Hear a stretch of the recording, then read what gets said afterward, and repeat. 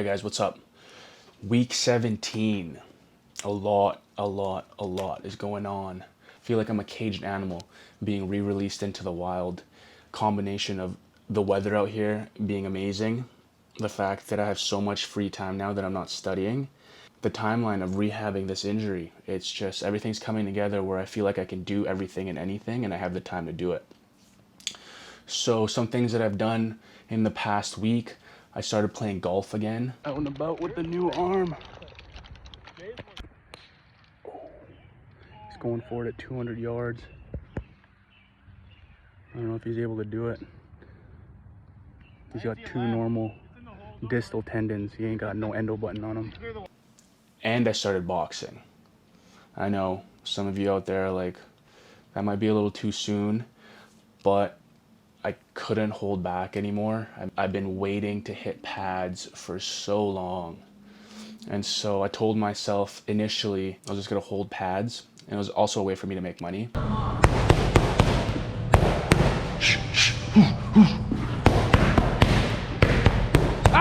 But as soon as I did that, I just wanted to do more. And so I had a guy at the gym that has been pretty much bugging me ever since the day of injury. We used to train together. And he's like, when are you gonna come back? And I said, dude, I think today's the day, as long as we go a little light.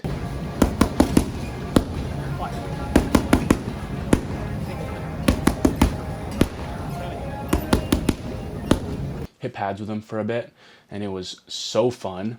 Arm is still attached, no worries. A little sore the next day, but we'll get into all that in a little bit later.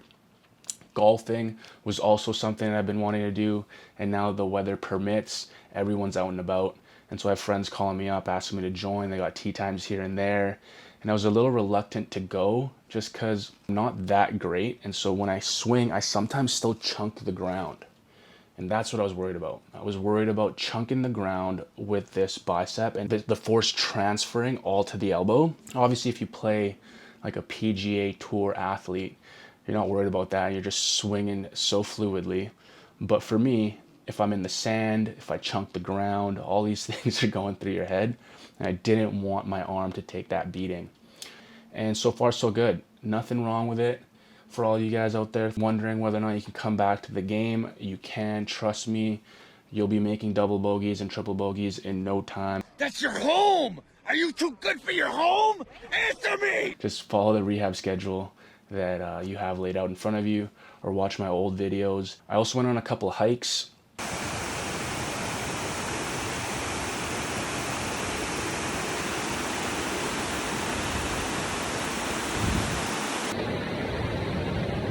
If you watched my last video, I started experiencing knee pain. I still don't know what from. It could be from being immobile, not being as active as I once was. It could have also been from the weight gain that I've somehow collected over this injury. And so me jumping back in and running the way I was prior, it was just very taxing on my body, and I think my knees started to feel it.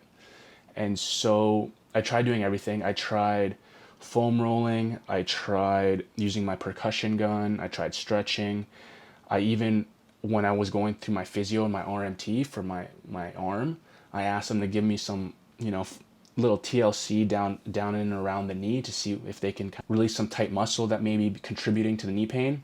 And they did. Nothing really helped. So I kind of laid off running for the last week. But as we do when we're injured, we kind of just modify whatever activity we want to stay active. And so what I did is I went on a couple of hikes. Never really been one to hike, but I went one day and it was amazing. I think I'm going to try to incorporate them more so now in the summer, at least until I get my weight down a little bit where I can start banging the pavement again and my knees won't be crying the next day. I think hikes are a really good activity, especially if you're trying to hit that zone 2, low intensity, keep your heart rate controlled. It's basically just a walk, right? An uphill walk. It's what everyone does in the gym when they're trying to cut weight. The only thing is you're not just staring at a treadmill screen for like an hour, which I think is torture. You're out and about, you're enjoying the weather, you're seeing nature, and at the end, you get to just the money shot, right? You just get to see the view from the top of the hike or the top of the trail, wherever you decided to go. And here where I'm from, there is a ton of hikes that I've never done. And so the guy I went with, he's he just moved here, and he always bags on me for being born and raised in this area and not having done the hikes. And so I'm gonna make an effort to do more of them. I think it ties in well to what I'm trying to do for this little summer shred chapter that I'm going through right now. I also started going back to my old power building workout routine. This is going to be the first video where I kind of go into detail with the sets, reps, and exercises. I've done one entire week with it. To say that everything is back to normal, it would be a lie. There's certain movements that I still can't do completely. Certain exercises that I stay away from because I feel like the bicep is still a little weak when it comes to stabilizing that movement. To stick to the program as best as I could, I made modifications to the exercises that needed to be modified, or completely replace them with other things in order to get the stimulus that is required for that portion of the workout. That's not to say you're still limited at week 17. If you guys are watching this and you're not in this week yet, I don't want you to feel like you're not capable of doing everything and anything. You are. You're just, for me, the reason why I modified these movements is because I want to be able to stimulate the muscle that I'm targeting without having the bicep being the limiting factor, right? So, like, the movement in itself you can do. It's not like you can't do it. The movement in itself with the weight that I want, can't. I can't do it without some sort of discomfort or even some sort of mental hurdle of like stabilizing an 80-pound dumbbell after kicking it up. It's just, for me, it's still a little dangerous. I'm gonna wait a couple weeks, if not a couple of months, to build up the strength back into that stabilizer and then be able to hit the dumbbells that I want with the movement that I'm asking. So you'll see that in the next couple of videos. I will tell you what the original program laid out, and I will give you my alternative to it, which will still target the muscle, which will still give you the stimulus that you require, but just take into consideration what we got going on with our elbow and our bicep.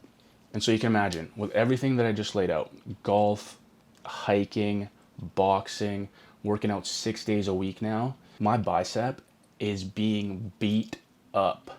Boxing, probably the most. I felt the most sore after compared to golf or working out. I emphasize the word sore. Okay, so this is something that you guys need to be able to differentiate for yourself. There's a difference between being sore from a workout and a workout causing you pain. Oh, it's a deep burn. Oh, it's so deep. And you have to be aware of your body enough to be able to differentiate the two. Because I will never ask or put myself through a workout if it's painful, right? Pain, I know you get a lot of these people out there now saying push through pain, pain is temporary, all that, but pain is a signal that your body has developed throughout years and years of evolution to signal to the brain that something is not right and maybe you should think of continue doing it. To go through a workout with pain is not what we're after. But if you're sore after a workout, meaning that the bicep is fatigued the next day, maybe the mind muscle connection the next day isn't the same as it was the day prior to the workout, that's normal. That's you've broken down the area, and the entire next day or the days leading up after that is focused on building it back up, right? That's how we get stronger. We break things down and we build it back up stronger than the breakdown. And so be very, very cognizant and aware of the difference between pain and soreness. For me, I've been working out for as long as I can remember. I think like right when I got into high school, I hit the gym with one of my friends and I haven't looked back. And so I'm very in touch with what my body signals as discomfort and soreness or pain from maybe improper loading too fast when something should be ramped up, or due to restrictive mobility that won't allow the proper range of motion, right? Sometimes you'll get pain if you're in that category. If you're getting discomfort and soreness because you broke the muscle down the days prior, that's normal. That's what we do. That's what we strive for. Some people more than others. Some people don't want that pain, and so they'll reduce their intensity so they don't feel it, but they're still breaking down their muscles in order to build it back up stronger. You can't push through pain whereas you can push through discomfort, if that makes sense. Especially for this. You don't want to be pushing through pain because that's your body sending you a signal being like, hey, we're not ready yet. We're not ready to take on this exercise, this amount of weight, or this range of motion that you're asking for us. But all that being said, I am not in pain. I am sore from beating this thing up from the past week and a half. And so knowing everything that I just spoke of, I'm fine with that because I know that this thing is going to get stronger as the days go by, even though it's weaker right now. All right, so to get into the workout, day 1 out of 6 is legs. Just as a summary before, I'm going to upload these all in sequence, but just to give you guys an idea of what my week consists of, day 1 is legs, day 2 is push, day 3 is pull, and then we go back into a push, legs, and then day 6 is your bodybuilding and or Olympic lifting day, depending on how I'm feeling. Again, this is a power building program, so it focuses mostly on strength and your big 3, which is your squat, bench, and your dead. And your 2 push days that I mentioned are either shoulders or chest focus. And so it's a complete program, which is why I like running it. This is probably my 4th time running it. It's a 12-week program. And I find that it gives me the aesthetics that I want, right? And it also gives me the strength and corrects any muscular imbalances that I might develop if I kind of just pick and choose what exercises to do in the gym. So I'm the type of person that likes having a workout already laid out for me so that when I get into the gym, I don't really have to think of anything. I'll just look at the set of exercises. It'll give me the percentage of weight that I need to do compared to my 1 rep max. And it'll give me the sets and the reps. And so like everything is laid out for me. I can go in there a zombie first thing in the morning, don't have to think, just have to perform. And I love that. It keeps me honest. And by that I mean on days when I feel like I can push more, it'll limit me to a certain weight. And on days when I'm feeling lazy, it'll push me to do a weight that I might feel like I'm unable to do that day because again, it's based all off on percentages.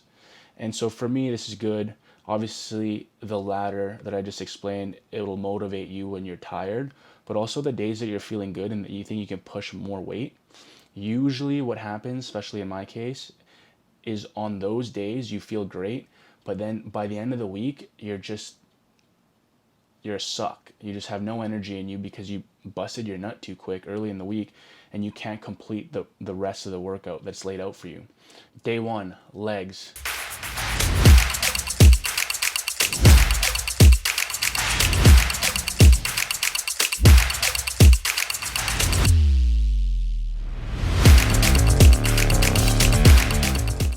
All right, first attempt with 4 blues on the bar in a very long time, low bar squat. Tried warming up so that the mobility on my upper right side will allow for this to sit properly. We'll see. I got these 2 boys here, help me out if ever.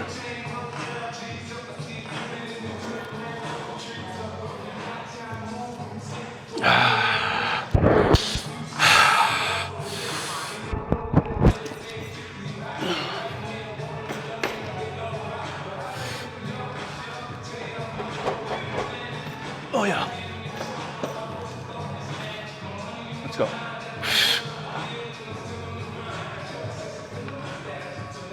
Oh yeah. You know those reps that you feel deep down? That was it. So you work your way up to a single rep of 85%, which for me today was, I believe, 405.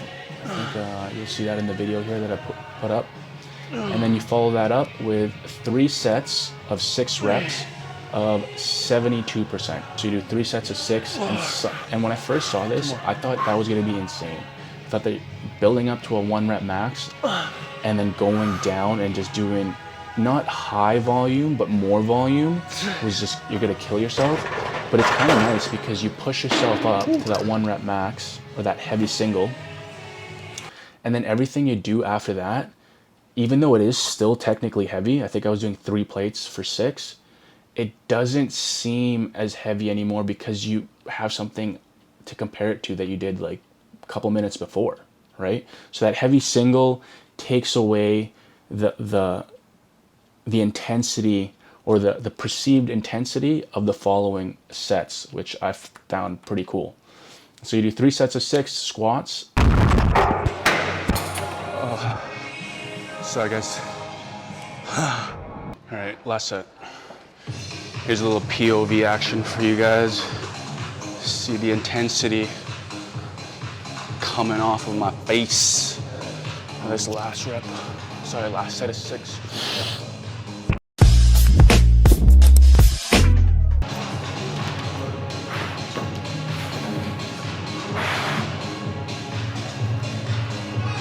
Whoa, maybe not 6, we'll see. 2, 3, 4, 2 more. 5, last one.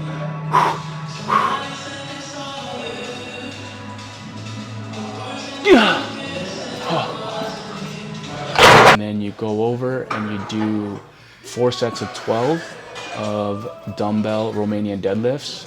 And I feel like hamstrings are one of those exercises that are kind of neglected, but they're also one of those exercises, everything in your posterior chain, right? Going from your back, your rear delts, your hamstrings, your erectors, all of that people neglect most of the time.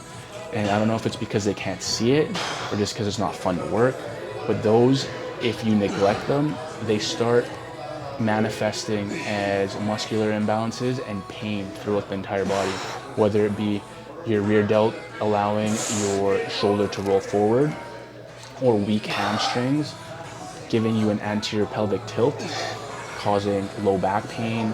And so all these muscles that are kind of forgotten or that aren't really spoken of, hamstrings included, I feel are very important to work. And Romanian deadlifts, dumbbell or barbell, a great way to work them. So you do a couple sets of that, and then you jump into a leg press.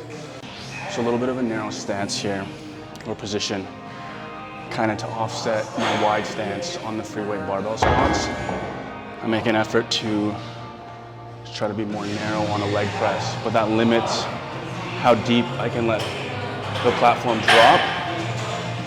And that's simply because 1, mobility, 2, just because everything in between just prevents that from folding on each other. But we get it done.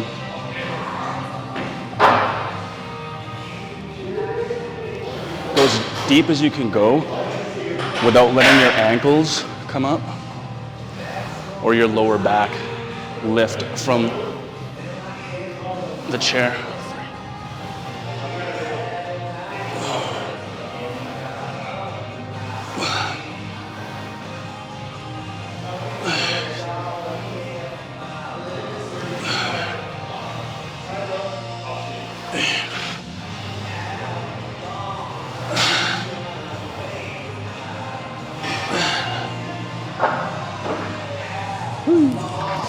So then you go into your leg extensions, 3 sets of 15, and you really feel the burn here. Focus on seeing your quads contract, your vastus medialis, mostly that teardrop muscle, right? When you're extending through the knees, you're gonna see it if you look down that those muscles are firing. It's a good indicator that you're doing it right. And you'll feel these. I felt for a set of 15, you start feeling them around 8 or 9. Follow that up with hamstring curls or leg curls. And the machine, there's 3 different hamstring curls. I might have mentioned this in my other videos, but there's the standing hamstring curl, there's a seated hamstring curl, and there's a lying hamstring curl. I prefer it in this order. So I prefer the standing, and then after that, I like the seated. And my least favorite is the lying, just because, I mean, they all hit the hamstrings well. I feel it in every single movement, every single exercise. But it's the lying one that just, I feel very vulnerable in that position. Just don't like it. But the other machine was being used, didn't really want to wait, and so here we are. You guys are seeing me in my most vulnerable position, working on my hammies. And then I just ended it up with a couple sets of goblet squats. A little difficult picking this up, getting it into position.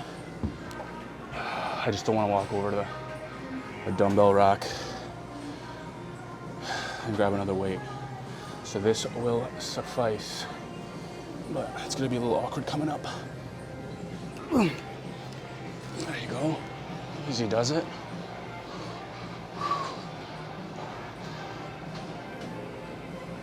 I think I did 4 by 8 on that one. I was a little lazy towards the end of the workout. This, again, I'm just starting this thing out, and for me, it's a little bit more volume that I was doing prior to, which I'll get used to, but as of right now, tired at the end of the workout. I gotta put this down.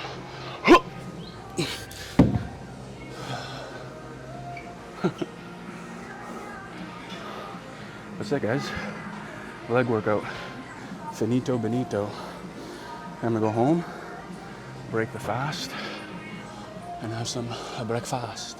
And that's pretty much it, guys. That is day 1 for this program.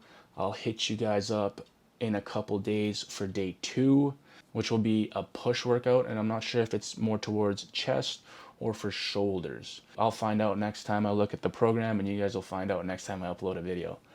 Adios.